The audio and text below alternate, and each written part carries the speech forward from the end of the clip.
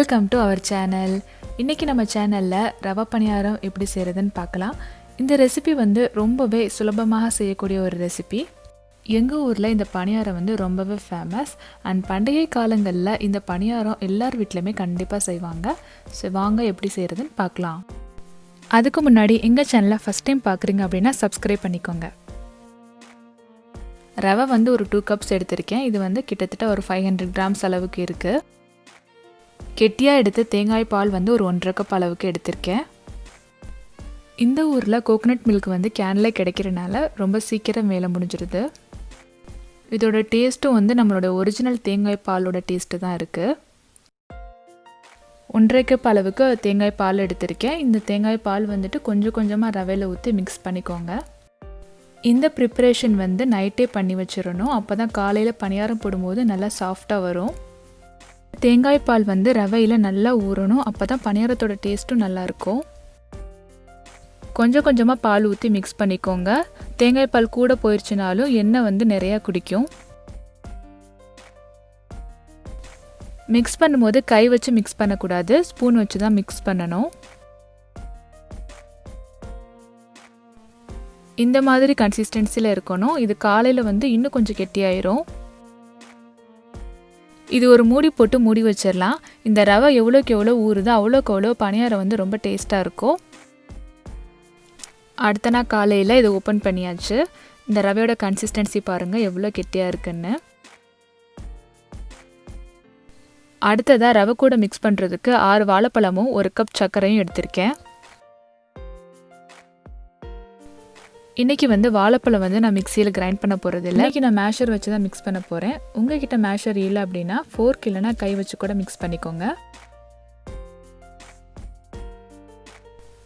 இந்த மிக்சர் கூட இந்த 1 கப் சர்க்கரை சேர்த்துக்கலாம். நான் 1 கப் சர்க்கரை எடுத்திருக்கேன். நீங்கள் சுகர் கொஞ்சம் கம்மியாக யூஸ் பண்ணுறவங்களா இருந்தீங்கன்னா 3/4 கப் அல்லது 1/2 கப் கூட எடுத்துக்கோங்க. நாட்டு சர்க்கரைக்கு பதிலாக நீங்கள் ஒயிட் சுகர் கூட இதில் யூஸ் பண்ணிக்கலாம். இந்த மிக்ஸை இப்போ நம்ம ரவையில் கொஞ்சம் கொஞ்சமாக ஆட் பண்ணிக்கலாம். மிக்ஸ் பண்ணும் பொழுது நல்லா அடியில் கொடுத்து எல்லா பக்கமும் படுற மாதிரி மிக்ஸ் பண்ணிக்கோங்க. ஃபஸ்ட்டு மிக்ஸ் பண்ணும்போது கொஞ்சம் ஹார்டாக இருக்க மாதிரி இருக்கும். அப்புறம் மிக்ஸ் பண்ண பண்ண அது சரியாயிரும். நம்ம கை வச்சு கூட இதை மிக்ஸ் பண்ணிக்கலாம். மிக்ஸ் பண்ணும் பொழுது 1 டீஸ்பூன் அளவுக்கு உப்பு சேர்த்துக்கோங்க.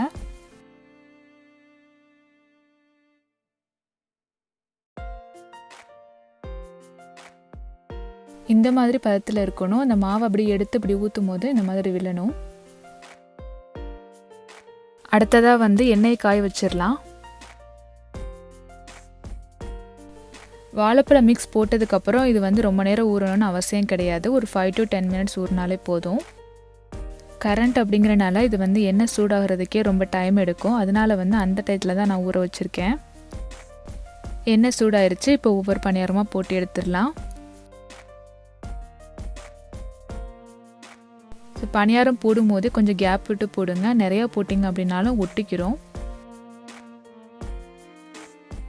சப்போஸ் மாவு கொஞ்சம் தனியாக போயிடுச்சு அப்படின்னா கொஞ்சமாக ரவை மிக்ஸ் பண்ணிக்கலாம்.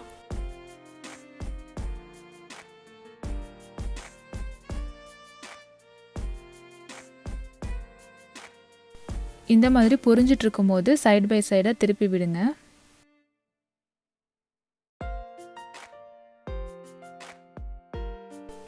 இந்த மாதிரி கோல்டன் கலர் வந்தோன்னா எடுத்துடலாம். இந்த மாதிரி மற்ற எல்லா பணியாரத்தையும் போட்டு எடுத்துக்கலாம்.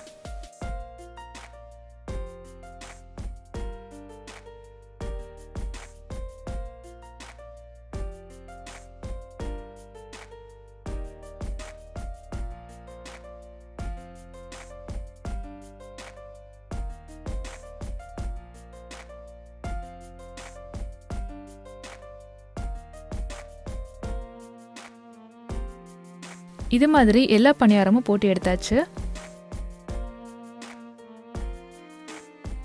அவ்வளோதான், சுட சுட நம்ம பணியாரம் ரெடி ஆயாச்சு.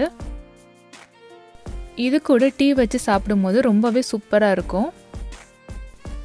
இந்த பணியாரத்தை பிடிக்காதவங்க யாருமே இருக்க மாட்டாங்க. கிட்ஸ்லேருந்து பெரியவங்க வரைக்கும் எல்லாருமே விரும்பி சாப்பிடுவாங்க.